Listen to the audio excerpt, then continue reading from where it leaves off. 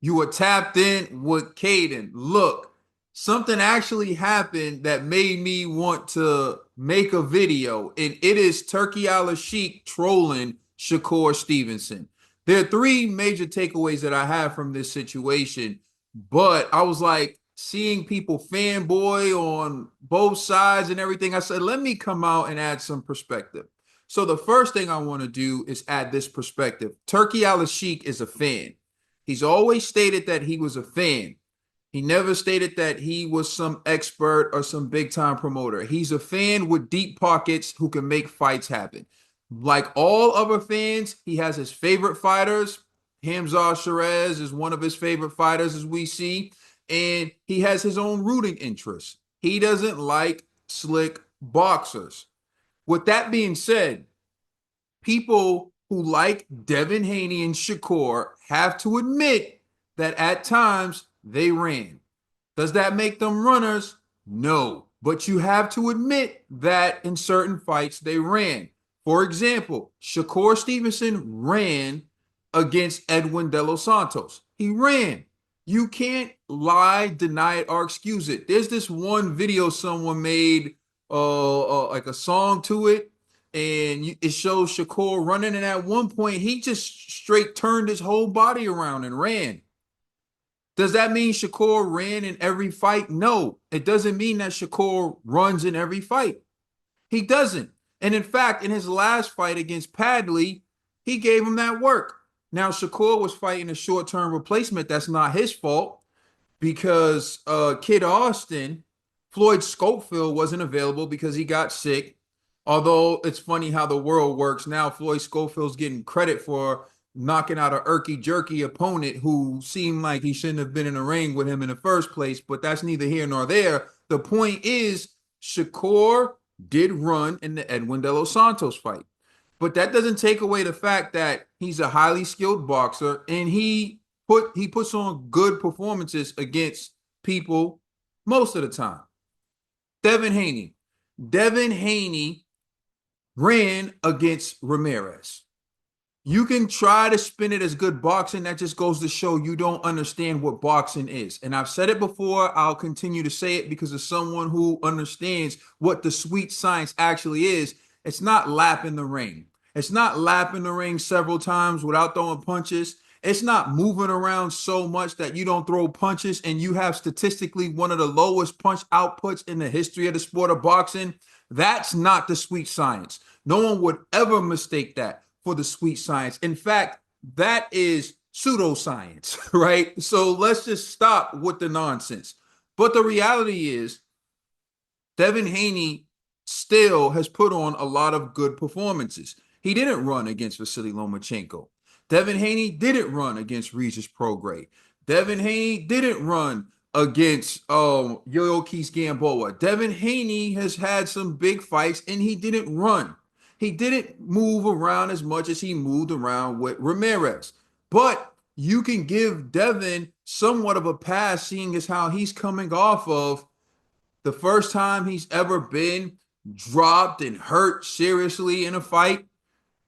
And he also had the Ryan Garcia fight on the table. So he just needed to win. And remember, he's fighting before Ryan. So he doesn't want to mess up the money. I can give him that. If they just came out and said, look, hindsight being 2020, we probably could have pressed for the knockout a little bit more, but we just didn't want to take any risk. We wanted to get to the bag. Ryan dropped the ball. He didn't do what he was supposed to do, so we end up not being able to get to the bag. I can respect that. But trying to tell everyone what they saw was masterful boxing is just ludicrous. We've seen great boxing before. We've seen it before. Great boxing, utilizing movement to set up offense. That's great boxing. Utilizing movement to avoid a punch so that you can counter. That is great boxing. Continuously lapping the ring to keep the distance to prevent your opponent from being able to engage with you is not good boxing. That's just running. And people saying, oh, you got to know how to cut off the ring. That is absolute garbage. Yeah, at some point you do need to know how to cut off the ring. I'm not saying that you should excuse someone for not being able to cut off the ring, But when it's evident the person who is moving to prevent the other fighter from engaging or being able to punch, well, then they're just moving around for no reason. It's not like they're landing a bunch of punches. So now you have a problem. And the problem is the fight is boring. And at the end of the day, it's boxing, but it is entertainment. And that's why those types of fighters typically don't sell and don't do well in the pay-per-view department, which is why Turki Alalshikh is very upset. He had the Fatal Fury card in which he paid millions of dollars to Devin Haney. He in the night before that or the night after that, one or the other was Canelo and Skull and F.A. Ajapa and Martin Bacoli, and you saw a lot of moving and no engaging. And this is on the biggest stage that these guys had fought on. They showed lateral movement. They didn't show boxing skill. And you can miss me with all that. If you think that what Devin Haney did against Ramirez is skill, then you are most likely a Devin Haney fanboy, which is one of the reasons why I don't even like doing this anymore, because people now glaze for interviews, glaze to try to get on teams. Like nobody's being honest with this stuff anymore. Everybody has like some agenda. And to me, it's becoming more about the side stuff, the real housewives of it all, and less about boxing. I only really care about the boxing. So again, Devin Haney did run against Ramirez. It wasn't the sweet science. Shakur Stevenson did run against Edwin De Los Santos. But to me, that doesn't make them runners. You can't label them as runners. They have good boxing skill. And sometimes if they choose to avoid being hit or if they want to make it difficult for someone, that can be a problem. But it's also a problem in the future. And this is what Shakur has to be mindful of. Go look at Oscar De La Hoya versus Felix Trinidad. Oscar De La Hoya was engaging. He was winning the fight, and then he ran for the last 4 rounds. He did what Devin Haney was doing against Ramirez. Felix Trinidad got the win. Erzarni Laura versus Canelo Alvarez. He was doing a lot. Then he started moving around. Canelo was pressing him. He lost. Most recently, Teofimo Lopez versus Jermaine Ortiz. There are several fights in which when you move too much and you don't engage enough, you run the risk of losing the fight on the scorecards. So just keep that in mind. There are several more fights I can get into, but I just wanted to kind of speak and discuss this.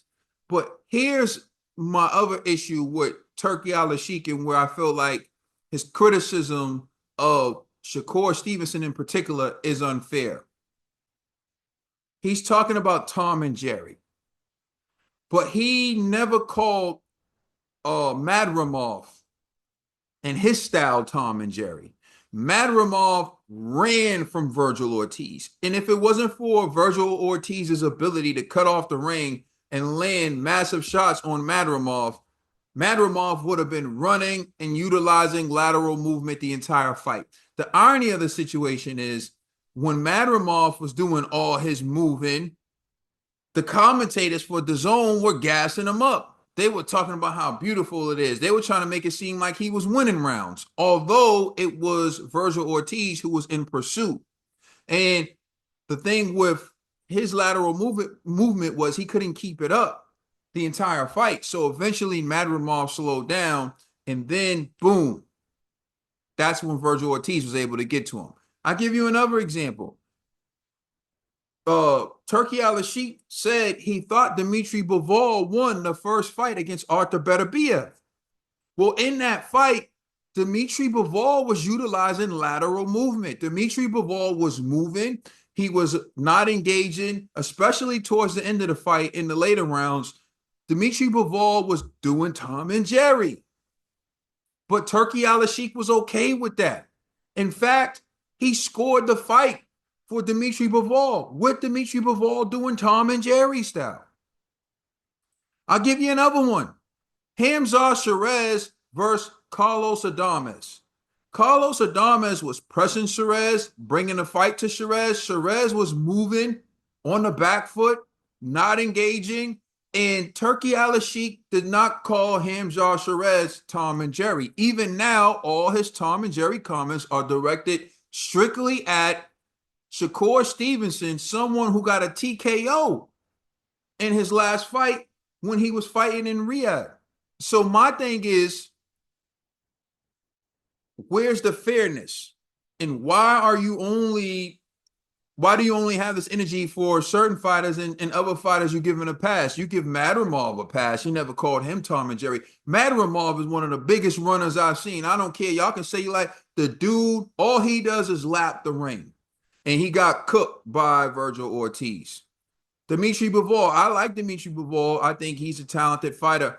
I'm not the one saying Tom and Jerry style. It's Turki Alalshikh, but he was in there against a seek and destroy guy and Artur Beterbiev. Artur Beterbiev was the one pressing the fight. Artur Beterbiev was the one looking to cause maximum damage, and he was the one going forward while Dimitri Bivol was utilizing lateral movement, what Turki refers to as Tom and Jerry style, and he thought Bivol won. Sherez with Carlos Adames. As a matter of fact, Turki's at the ring telling Shiraz, you're losing. They're saying you're losing. You need to do. And then Shiraz ends up getting a draw with Adames, and everyone who saw that fight knows who won that fight. And I was just saying, and you can go back, you can check my tweets, like at least it didn't rob him.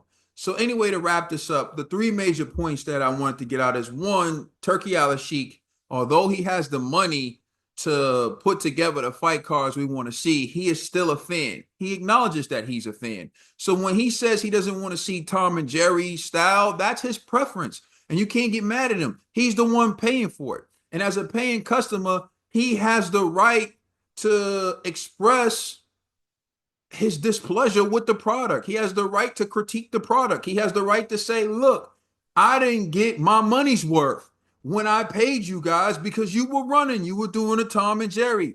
As a fan, footing the bill, he has the right to do that. Just like you do on Amazon when you order something, just like you do when you go to a restaurant. If you don't like it, you hit up Grubhub or whatever it is and write your review. Turki Alalshikh, the one who's making these big fights possible as a boxing fan, the most influential boxing fan, the one with the deep pockets, has the right to do that. And if these boxers don't like what he's saying, they don't have to fight for him.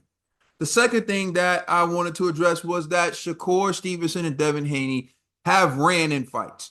You are not being real if you don't acknowledge that. They're not the only ones. There have been other fighters who've ran in fights, but you got to be honest. These two guys have ran in fights.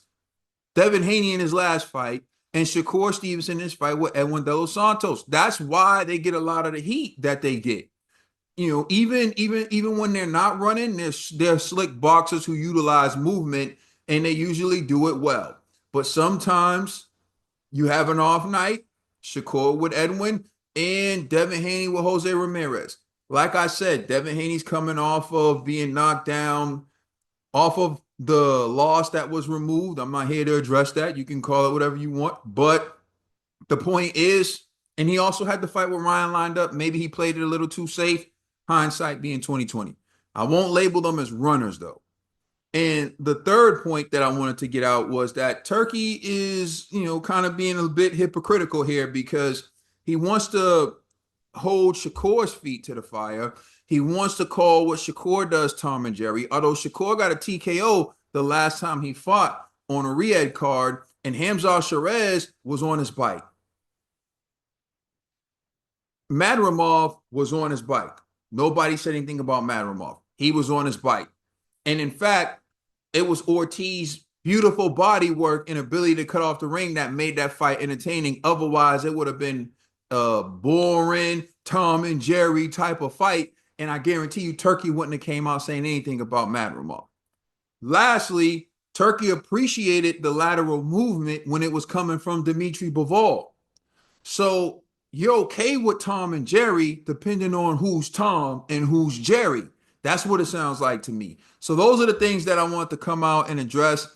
Also, I haven't made a video in like forever, but people still tune into the podcast. People still watch the videos. People still leave comments. I really appreciate that. Much love. Like, if there's something that inspires me or something I really think about that I want to address, I'll come out and speak on it. Appreciate all the support and let me know what you think. Do you agree, disagree, whatever? But just be respectful. That's another thing. You can't have conflicting of views without it turning into an insult or something like this whole thing is like I'm just not with the sensitivity stuff. I'm a man at the end of the day. None of these fighters pay my bills. I pay my own bills. Like, so I don't have this infatuation or this fetish for these fighters that some of these dudes online have. I just love the sport of boxing. So I like to talk about the sport of boxing with other fans of boxing and have interesting, intelligent, fun conversations about the sport I love. I don't do all the glazing and whatever. Never have, never will. You don't see me. I don't try to interview fight. I don't care nothing about none of that. I just love the sports. But let me know what you think. I mean, I know I don't consistently make videos anymore, but still hit the like button, share, subscribe. Hopefully you enjoyed the video. I'm out. Peace.